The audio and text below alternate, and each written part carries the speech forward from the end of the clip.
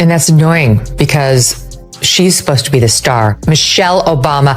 This dovetails perfectly with so many other comments she's made about how she is like, what about me? What about me? What did those 8 years in the White House do to my soul? And why isn't anyone asking? They shouldn't have to be told to ask about how I'm doing. You know, illustrious men. She's still just as bitter as ever.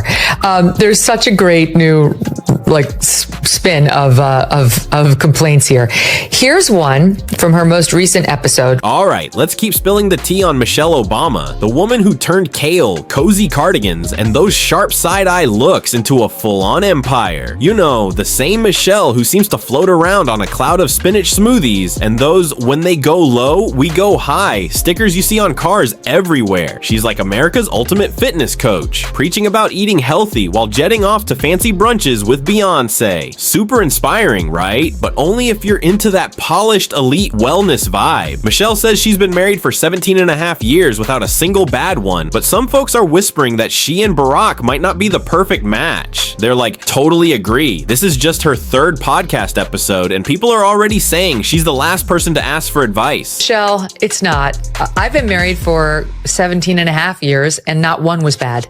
I think she and he married the wrong people. I think you're 100% right. This is only her third episode. I can't think of anybody I would go to for advice less than Michelle Obama. She really doesn't know what she's talking about. First of all, she loves to tell us she hated Barack for a good decade. Yes. Okay, please teach me how to have a successful relationship with someone that you clearly respect and admire. Every time she's on the air, it's like, I'm dragging this ball of dead weight behind me. His name, Barack Obama. He's bringing me down. I'm trying to elevate myself with like these things on my head. It looks like Mickey Mouse. It's so like weird. The two ears up there, these two big balls on the left and the right of her head. Like, what kind of midlife crisis is she in the throes of right now? They think she's kind of clueless. She keeps saying she wasn't even that into Barack for like a whole decade. So how's she supposed to teach anyone about happy relationships when she talks like she doesn't even admire him? Every time she's on a show, it's like she's dragging around this heavy burden named Barack Obama, holding her down. She's trying to shine, but then she's got these big hair buns that make her look like Mickey Mouse with those two round things on her head. Like, is she in the middle of a midlife crisis or what? Michelle's the only one who could make school lunches and public speeches feel so fancy and out of touch. She turned sweet potatoes into a national treasure and her side eye into a full-on life lesson. She didn't just leave the White House. It's like she floated out on a cloud of kale chips, perfect lighting, and shiny motivational quotes. And we're back to chatting about Michelle Obama's oh-so-tough life, a whore thing. She went on this podcast called Diary of a CEO, which has a total boss vibe. And once again, she's whining about how hard it is to be married and raise kids. She's like, marriage is tough. Having kids is tough. If you're struggling, it's not you, it's just how marriage works. Remember when she dropped that famous line, when they go low, we go high? Yeah, high like flying in a fancy private jet to a Hollywood brunch where avocado toast costs $72. And let's be real, her childhood obesity campaign wasn't really about helping kids. It was about turning school lunches into perfect Pinterest boards with kale chips, quinoa, and a big side of judgy vibes. It doesn't even feel real. Like, she and Barack posted the exact same photo on social media, so you know their staffers set it all up. Can we talk about Barack for a minute? She's like, you still take my breath away, but not in a romantic way. It's more like she's annoyed he didn't show up to an inauguration, leaving her to walk in alone like a brave soldier. She's mad he was chuckling with Donald Trump, and she's not keeping it quiet. Her legacy isn't just hope. It's hope with a fancy subscription box. You can't call yourself relatable when you're rocking Balenciaga while talking about hunger. She's turned being real into something you can buy, like a high-end skincare serum with a free tote bag and a TED Talk thrown in. Michelle's not out here helping people. She's building a brand. Every single day, she's dropping negative vibes, whether on her own podcast or someone else's. This audience knows she's always complaining. There are just many natural reasons why marriage, infertility, trying to have kids makes things difficult. It's like, I try to tell couples, of course it's hard. Just listen to what I said, right? Like, it's probably, if you're having some issues in your marriage, it's not you, It's the process of marriage. She went on Diary of a CEO to hype up her show and somehow found a way to grumble about how tough it was living in the White House. She's like, hold your head high through the storm, but then moans about how hard it was to raise kids there. Meanwhile, kids across the country were stuck eating her healthy school lunches, and she was busy signing multi-million-dollar Netflix deal. Because when you think of can't miss TV, you totally picture Michelle Obama talking about community gardens, right? It's like a dull TED Talk mixed with an HR training video that drank way too much sleepy chamomile tea. She calls it inspiring. Everyone else calls it a snooze fest with subtitles. She says money, power, and privilege are fine for some, but kids like her had to fight on an unfair playing field. Someone else chimes in, same here. Michelle, and I'm white. I didn't have fancy stuff either. I took the SAT with a borrowed pencil and no prep classes because we had no money. It's not just a black thing. Which leads me to Michelle Obama.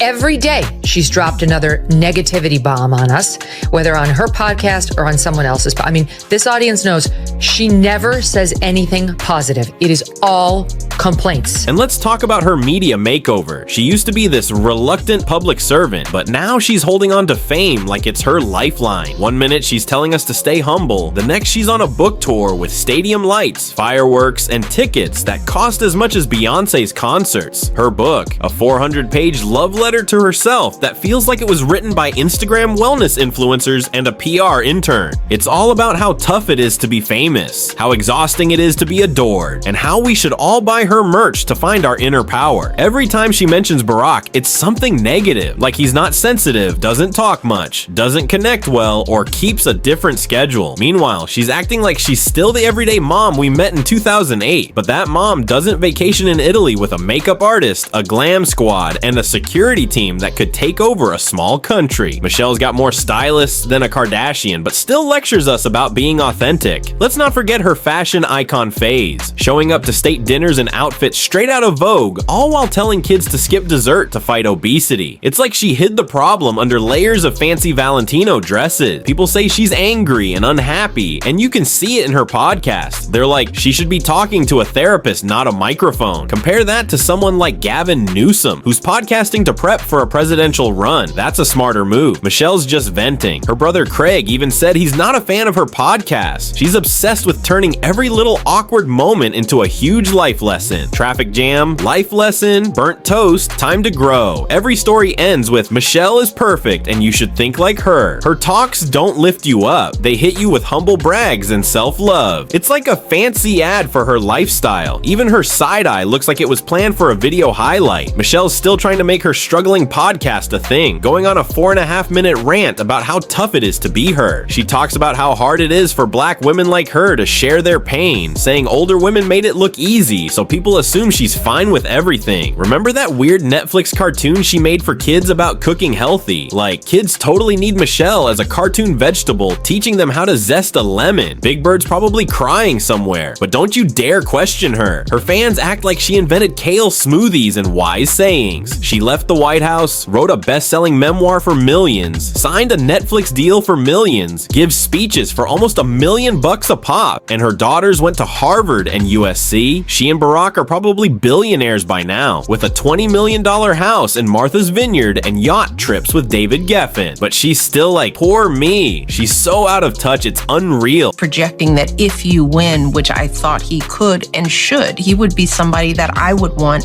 as my president. It was all about, this is gonna, our kids are little, we're gonna have to move. How do you raise kids in the White House? She keeps whining about how America let her down, waking up shocked that not everyone agrees with her. If you don't love her, you're the problem. Her charity work feels like it was cooked up in a fancy meeting over smoothies, always tied to her next product launch. Want to promote reading? Cool, but grab her special bookmark. Empowering girls? Awesome, but buy her limited edition hoodie and sip from her I'm better than you tumbler. Her charity's less about helping and more about selling a life lifestyle with a side of virtue. You can't even donate without getting her newsletter and curated playlist. And let's be real, she wouldn't be famous without Barack. She might say he wouldn't be president without her, but he was a star way back at Harvard Law School, giving speeches and shining bright. Some say he chose her to boost his cred with Chicago voters, since he's half white and dated white women before. The media treats her like she's pure goodness wrapped in a pantsuit. She breathes, and they write about her grace. She smirks, and Twitter calls her strong. She posts a smoothie pic, and Vogue makes a whole issue about it. She could mess up big, and people would still call her a queen. She used to call out ambition, but now she's made it her brand. She's not a public servant anymore. She's a spectacle. Every move is planned, every word practiced. Even her casual moments feel like a team wrote them to sell candles and guilt. Every negative thing she says about Barack, how he's not sensitive, not talkative, not relatable, or on a different schedule, gets repeated. She's somehow gotten more annoying since leaving the White House. She dances with Ellen one day, then complains about America's divisions the next, all while cashing checks bigger than some countries' budgets. She wants to seem above it all but stay in the spotlight. She's like a walking contradiction in fancy clothes. She's angry and unhappy. I've watched enough of her over the years, and then with this ridiculous podcast she's trying to launch, to see she's a deeply unhappy person. What's happening with people at that level in podcasts? What's Gavin Newsom doing? He's running for president. That one makes more sense to me strategically. She's like, she should be in her therapist's office. Her brother Craig is not. Oh, he did? Yeah, what do you think I should do? I don't support it. Yeah?